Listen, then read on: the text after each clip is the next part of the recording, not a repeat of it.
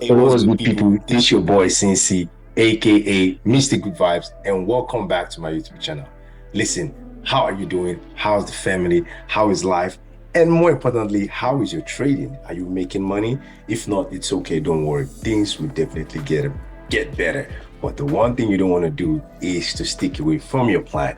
But before we move forward, first thing I want to do is I want to talk about three things today. The first thing is going to be the market update with respect to the upcoming election. And the second thing is going to be my Bitcoin prediction. Yes, I know I've had a lot of interest on Bitcoin lately. So yes, I'm going to be talking about Bitcoin.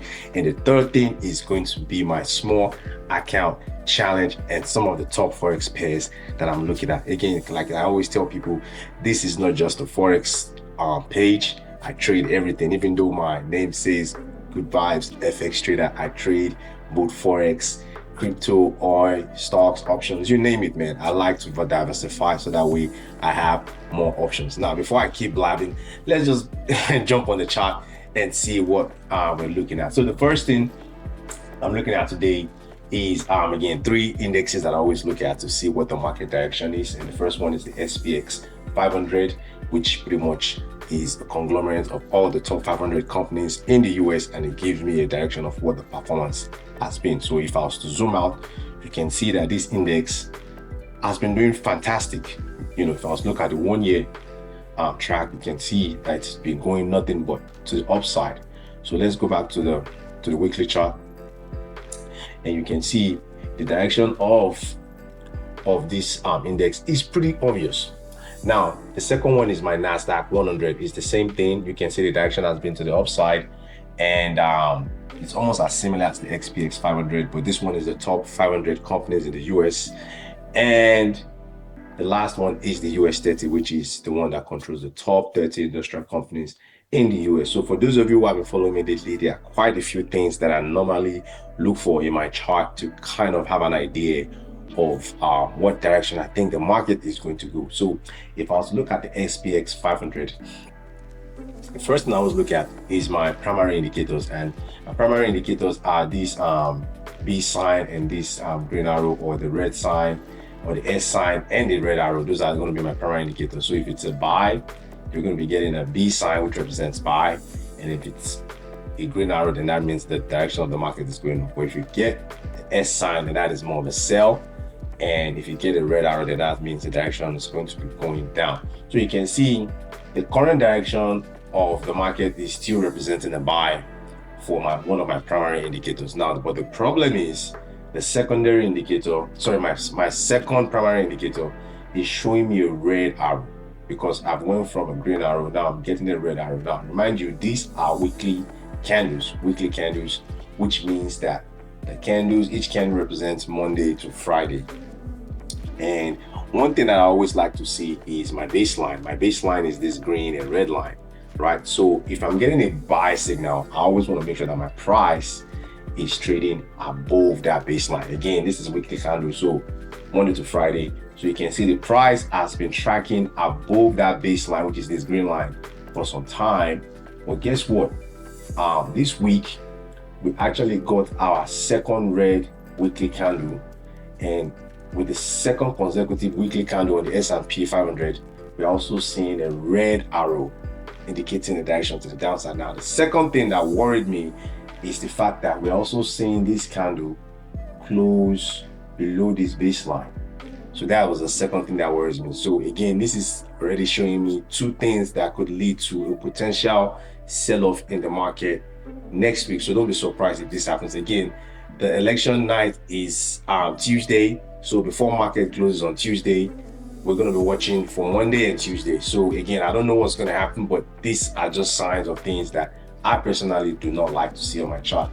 Now, looking at the NASDAQ 100, which is the tech index, you can see the tech index, however, survived yesterday. We still have the red arrow, but we survived the price closing above this baseline. So we don't want that price below that baseline. We always want to keep it above the baseline if you're keeping a bullish sentiment, but we still have this red arrow. So that is still telling me that there could be a potential downward pressure, especially considering the fact that we are getting our first red weekly candle after going 1, 2, no, so after going 1, 2, 3, 4, 5, 6, 7, after going 7 weeks without red candle. So this is our first one, would be an indication of a potential quick sell-off into the election. Again, I don't know, but just be careful out there. And the last one is my US 30, which is the Dow Jones Industrial Average Index. And again, we have our sell sign and our red arrow pointing to the downward direction. And this one actually closed below the baseline as of last week. And you can see this candle this week is also trading below the baseline. So it's a continuation of the candles trading below the baseline. Again, that kind of worries me a little bit. I'm going to be a little bit careful right now. I'm being a little bit defensive, as I don't want to be a little bit aggressive going into this election, as I suspect there is a big fat chance that they could most likely crash this market just going into the election. And maybe after we get the results, then maybe we can get some relief after the election. But until then, just make sure you're monitoring your trades carefully. Now, the next thing I want to look at again is my Bitcoin. I love Bitcoin. I've been tracking Bitcoin for some time, and there's been a lot of noise about Bitcoin season coming up, and we're expecting the next bullish season to happen next year, which means that could take us to that 150k level that everyone is raving about.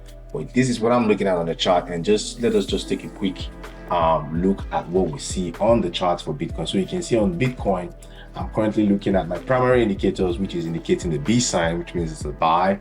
You can see the most current arrow is pointing up, which means the direction is to the upside. And you can see I think it was 2 weekends ago, I told you guys I was loading up on crypto because I saw crypto is currently trading above my baseline, which is this green line.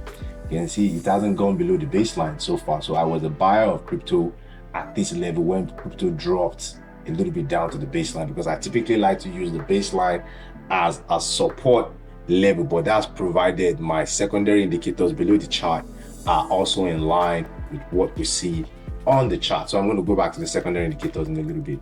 So you can see I have two levels that I'm watching for crypto. The first is this 73k level. I believe the crypto bounced off this support baseline and went as high as that 73k and got rejected. And I was actually watching this level yesterday, this line. I was watching this line yesterday, hoping that if we were able to get a close above this line, then maybe I might go back in and add some more. But since we did not get it close, we closed below the line. Now I'm going to be watching crypto to see if they can pull it back down to this baseline one more time. And if I see that baseline, I plan to buy more. And now let's go down to the secondary indicators below and see what the secondary indicators are saying. You can see for crypto, everything still aligns very well. So you can see, for those of you who follow me, this is what I call a one-line indicator or a zero-line indicator, where you see a signal line, which is the green line, and you see a zero line, which is the white line. So all you need to know is that whenever the signal line is above the white line, then that is more of a buy. If you see the signal line below the white line, then that is going to be more of a sell signal. So you can see the current status is that the signal line is trading above the white line. So that is telling me that this is still a buy signal for crypto. Now, I just don't want to use one indicator. I want to use multiple indicators, which is why I have 1, 2, 3, 4, 5 indicators on my secondary chart. Now you can see for this one, it's a little bit different. It's a 2-line cross. I'm comparing a fast line, which is the green line, versus the red line. And all you need to know is that whenever the green line is greater or more than the red line, then you know that it is a buy. But if the red line is ahead of the green line, then that is more of a sell. So you can see the current status is that we see the green line ahead of the red line. So this is more of a buy signal for crypto. Now, this other signal, very simple. The histogram is going from red color to a green color, and that is telling me that is a buy. That's all you need to know about this particular diagram. And this one is a 0-line cross, whereby you see an upper boundary and a middle boundary and a lower boundary. And whenever the signal line is between the upper and the middle, that is a buy.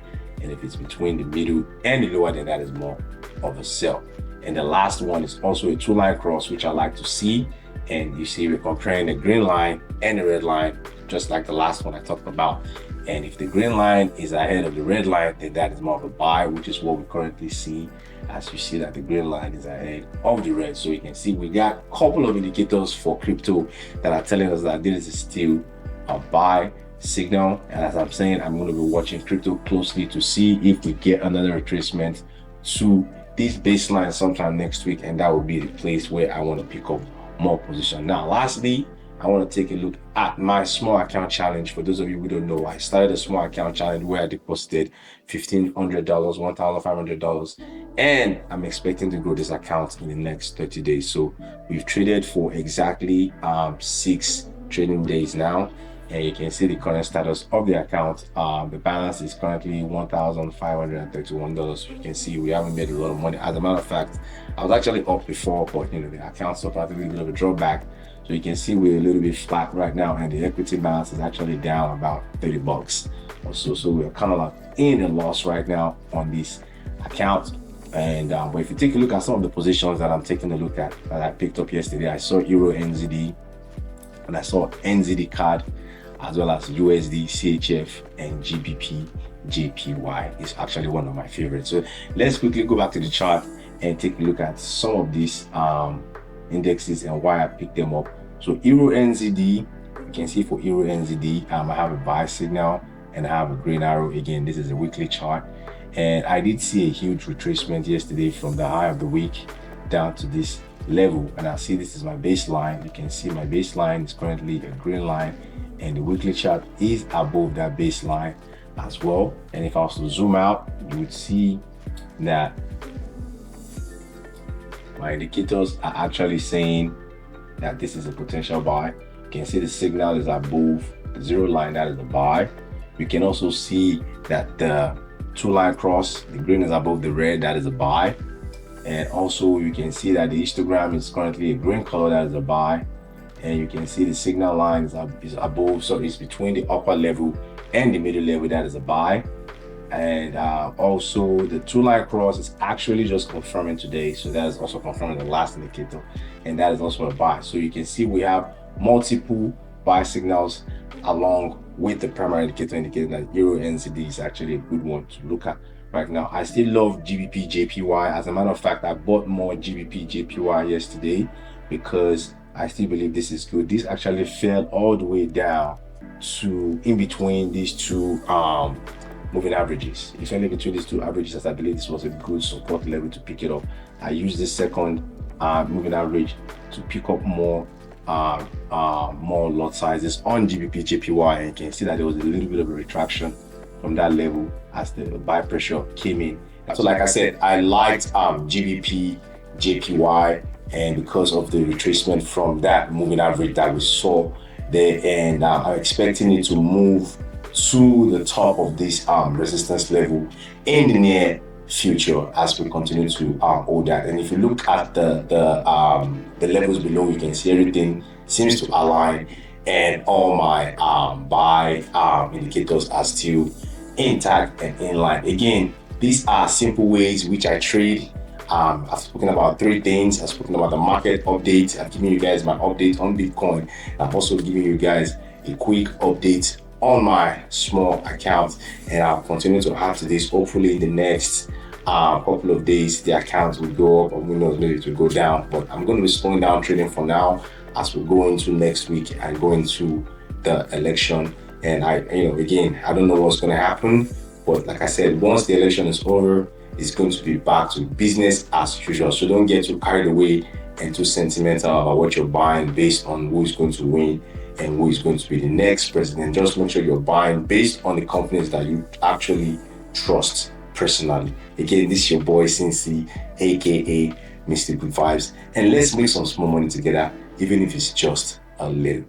Thank you.